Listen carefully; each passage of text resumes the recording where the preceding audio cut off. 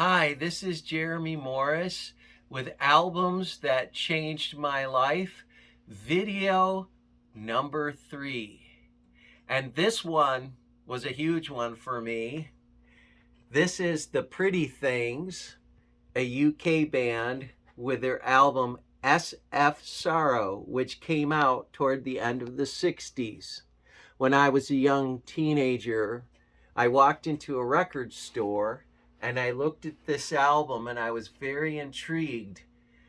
The fact that the album was shaped like a gravestone was really different. And then I started to notice that not only was there a gravestone, but that there were little sperms uh, swimming around there. And so I knew this was going to be an album about life and death. I turned over and I looked at the back and I saw these 5 British guys and I said, this looks like a real interesting album. And so I bought it, not knowing at all what it was going to sound like. But sure enough, it lived up to its expectations. And this was one of the greatest psychedelic albums to come out ever. I think they pushed it just as far as the Beatles and Pink Floyd. They pushed it really far. In fact, they had the same guy working on the album. It was recorded in Abbey Road, and so they had Norman Smith produce this. And if you know anything about Norman Smith, he worked on the early Pink Floyd albums as well. And he was I think, a very important part of this album because there's all kinds of backwards instruments, sitars, mellotrons, all kinds of experimentation.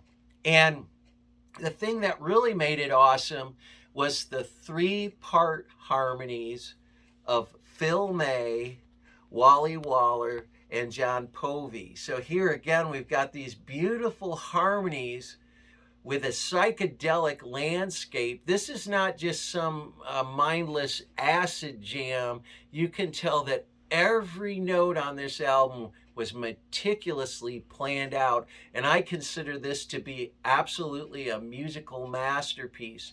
Now, the reason I showed you this cover, we're going to look at the other cover next, is that this album, this is the US cover, and Rare Earth Records, which is basically from Motown.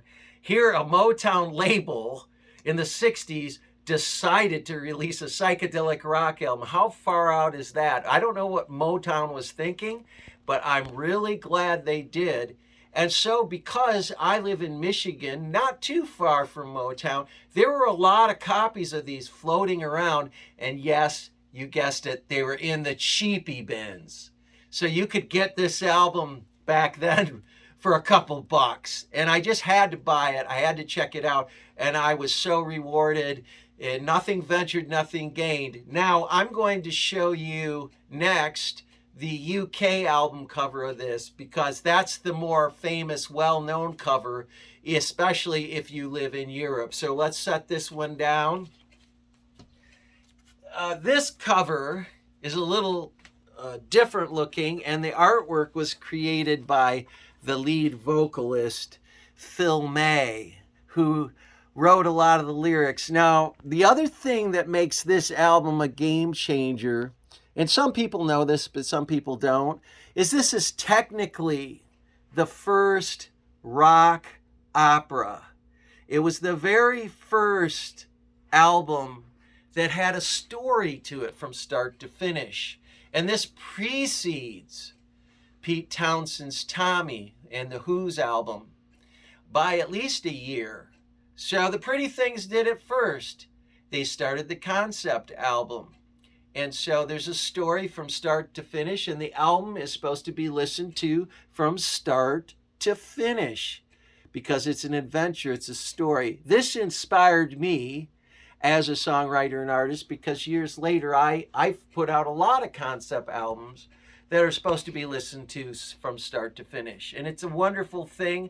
I call this presenting music as a true art form. And so if you've never heard this album, It's more popular now than it was in its day, and it's getting better known. But if you've never heard this album, I suggest you check it out. And don't just sample a little couple bits here and there.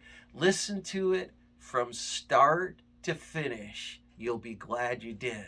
See you next time.